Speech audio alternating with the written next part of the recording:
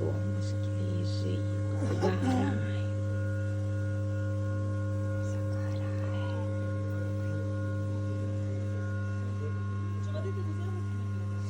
Не, она это, не питьевая. Розмарила. Вот это можно на